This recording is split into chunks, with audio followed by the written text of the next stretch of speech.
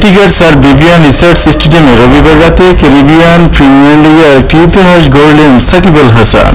নিজের ক্যারিয়ারে ৫০০তম উইকেট তুলে নিয়েছেন তিনি, তাতে একটা বিশ্ব রেকর্ডে বড় হয়ে গেছে। সেন্ট কিটস অ্যান্ড নেভিসের বিপক্ষে আজ সাকিব তুলে নিয়েছেন ৩ উইকেট। তার প্রথম উইকেটটি সাকিবকে এনে দেয় বিশ্ব রেকর্ডটি। নিজের প্রথম ওভারেই মোহাম্মদ রিজওয়ানকে আউট করেন তিনি। সঙ্গে সঙ্গে ছুঁয়ে ফেলেন স্বীকৃত টি-20 ক্রিকেটে ৫০০ উইকেটের মাইল ফলক। ইতিহাসের পঞ্চম বোলার হিসেবে এই মাইল ফলক ছুঁয়েছেন তিনি। তবে একটা দিক থেকে সাকিব আগের ৪ জনের চেয়ে আলাদা। টি-20 ক্রিকেট ইতিহাসের প্রথম কোনো বাঁহাতি বোলার এই অর্জনটা ঝুলিতে পড়লেন। এর আগে যারা ৫০০ উইকেট নিয়েছেন তারা সবাই ডানহাতি।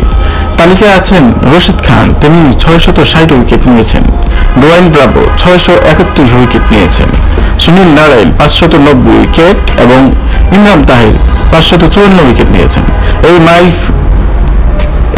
মাইল ফলক ছুঁয়ে বিশ্ব রেকর্ড গড়ে ফেলেছেন তিনি। একটা দিক থেকে এখন তিনি সবার চেয়ে আলাদা। টি-20 ক্রিকেটে এখন তার রান ৭৫৪৯, অর্থাৎ বিশ্বের প্রথম ক্রিকেটার হিসেবে তিনি ছিলেন অনন্য কীর্তি।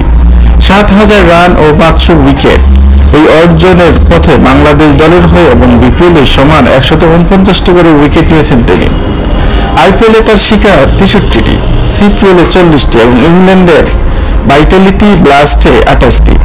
এখন পর্যন্ত ৪৫৭ ম্যাচে খেলেছেন সাকিব, পেয়েছেন ৫বার ৫ উইকেটও, ১২ বার ৪ উইকেট। টি-20তে তার চেয়ে বেশি ৫ উইকেট আছে শুধু ডেভিড ভিসের, যিনি দক্ষিণ আফ্রিকা ও পরে নামিবিয়ার হয়ে খেলেছেন।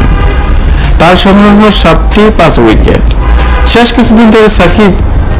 কিছুদিন ধরে সাকিবের সময়টা অবশ্য ভালো যাচ্ছিল না।